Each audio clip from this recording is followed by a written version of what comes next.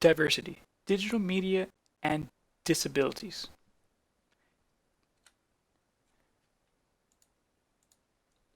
He said, "What? I think they added me on Facebook. It's trending. Haven't you heard?" These are all common statements society is saying today in the digital world. Online news, top trends, and social media are a few everyday entities that consumers want constantly and efficiently. Devices such as cell phones, tablets, and computers allow consumers to find news they want to know by just a fast swipe or click. But how does someone who can't move, speak, or hear complete these seemingly easy and enriching tasks? Well, they can't, or rather, don't use digital media like most users, which ultimately is leading to a digital divide.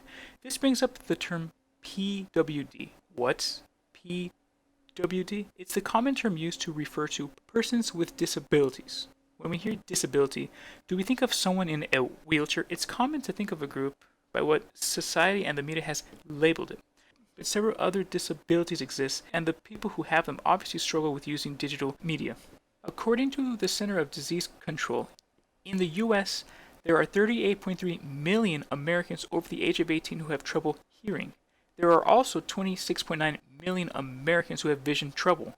And according to the Christopher Reeve Foundation, over 5 million Americans have some sort of paralysis that does not let them move either their arms or legs. According to a Pew research done in 2017, the disabled community here in the US are adopting new technology at a slower rate than others. In addition, there is a positive correlation with other stats, such as how disabled Americans are 3 times as likely to not use the web than those without a disability.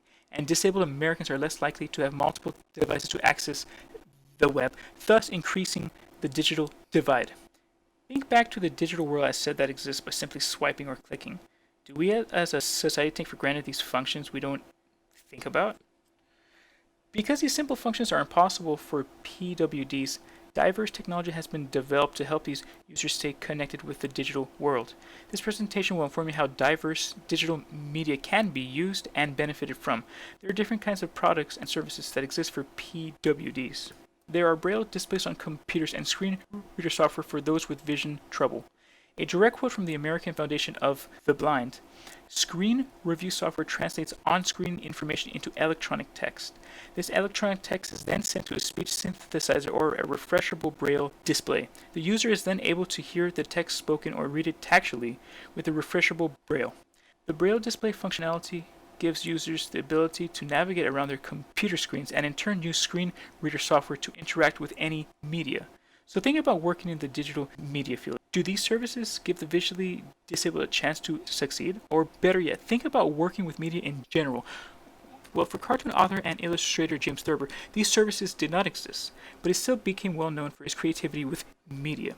He contributed to the New Yorker magazine with his cartoons and comedy, despite being almost completely blind. So with new technology to help the visually disabled such as the ones mentioned, it gives them an even better opportunity to benefit from digital media to express their creativity than from Thurber's time. So when you finish that news piece about Congress and begin to worry, someone with a vision disability finished listening to it through software and shared that same worry. Digital media to someone with a hearing disability is hard, but services such as captions on videos have been created and are being used more throughout different entities, such as Twitter, Instagram, and Facebook. According to the National Institute of Deafness and Other Communication Disorders, scientists are developing a text-to-speech synthesis system that, quote, synthesizes speech that is more intelligible and natural sounding to be incorporated in speech-generating devices. This allows for these disabled users to interact through different digital entities like social media and games, ultimately lowering the barrier of the digital divide. For the disabled who lost limb functionality, eye tracking technology, sometimes known as assistive technology, lets computer users who can't use their limbs to navigate and control a computer by using their eyes like a mouse. According to Tobii ATI, who makes an eye tracking software known as Gaze, states that their technology helps those with disabilities surf the web and use Facebook, which ultimately helps the disabled community stay connected with the digital world and continue advancing with the technology and information. With all this recent technology that allows for PWDs to interact with the digital world, do we as a society believe it gives them an equal opportunity? How does the media show PWDs? I asked young adults without disabilities their opinions on these questions. I told them they would say anonymous. Question is, do you think the disabled are shown positively or negatively in the media? I think it depends a little. I think if it's a right-wing source, then they are shown more in a negative light. That's not to say that a left-wing is a completely positive approach, but I think if it's a left-wing source of media, that it tends to be more positive. But overall, I think the media is shifting towards a more positive outlook. However, I have seen multiple negative stuff. So just I think overall it's getting better, but it needs to be in a better place. Yeah, I know that with our recent president, he's been shown to be very what's the word I'm looking for?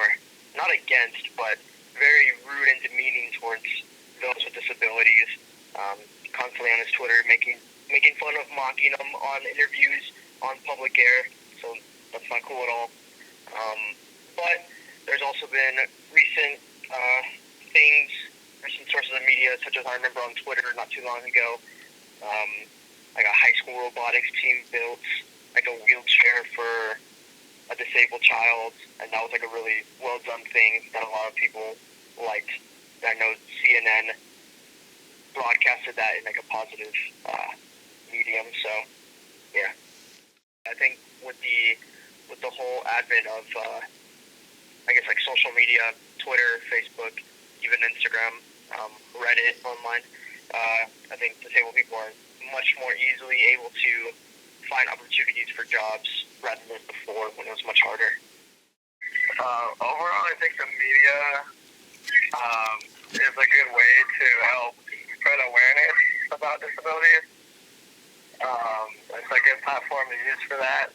But then, of course, there's a bunch of cyberbullies out there that always, make bad comments on people and stuff like that. So, yeah, I do think the digital media has helped. People could, with disabilities, it's easier for them to, find other people online that are in the same situation.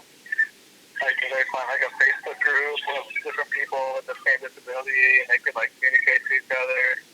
And it's, like I said, it's a good way to spread awareness that people who don't know about the disabilities, they might, recognize it in the future and, help out with it and help other people in need. I believe the media portrays people with disabilities in a positive light. When we talk about real life portrayals of people with disabilities, for example, like in news stories, they're usually portrayed in a positive light because usually the story is about overcoming a struggle. And then usually in movies and TV shows, they're usually neutral, like they're just like any other person. And then in the positive light, it can also be like I'm seeing with some portrayal of people with autism, like what was that show? I think it was called like The Good Doctor. I haven't seen it, but it's like I guess the doctor in training has autism. He's exceptionally smart because of his autism, and he also sees things that other people don't see. I don't really see any negative portrayal of people with disabilities in the media, but that's what I see. Also, for the physically disabled, think of maybe somebody who does not have parts of their arm, like for example, are they for lack of a better word, wrist amputee or forearm amputee? There's 3D printed parts that you can download, 3D print yourself, and if you attach a piece of electromagnetic material that interferes with electrical waves, people can operate a smartphone still, and you have access to all the digital media from your phone nowadays. So, scientists and engineers are beginning to explore that. I spoke with Mr. Kuntz, who is a PWD and works as a director in the disability services here at Texas State, about his opinion on how the media shows disabilities and how new technology has given the disabled an opportunity to engage with digital media. I think pretty well. And I would say, what I've seen in the last few years more positively. I know I had sent your questions as well to my colleague who works with our deaf and hard of hearing population, and she said that she has a friend whose daughter is, the whole family is deaf, and the young lady graduated 7th in her class, and she was like a basketball star on her team, and she appeared on the news several times.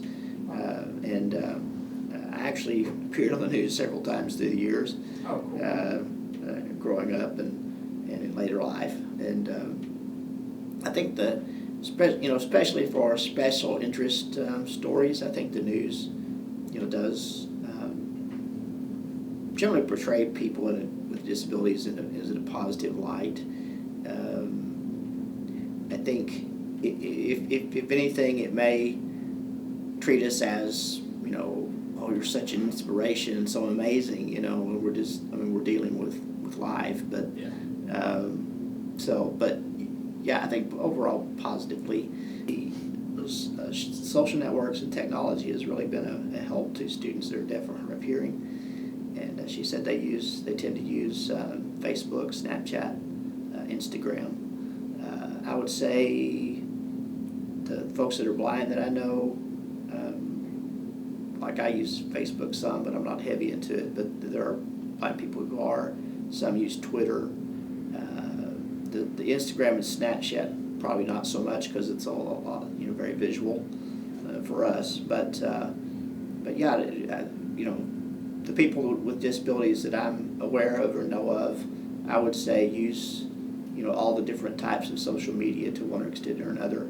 In conclusion, digital media interaction for those disabled isn't impossible thanks to recent technology such as Braille displays and captioning, but the digital divide still exists for the disabled demographic. Some questions that will be answered in the future, like will new technology lower or even eliminate the barrier of digital media engagement, can translate to other demographics of society that are unable to access digital media.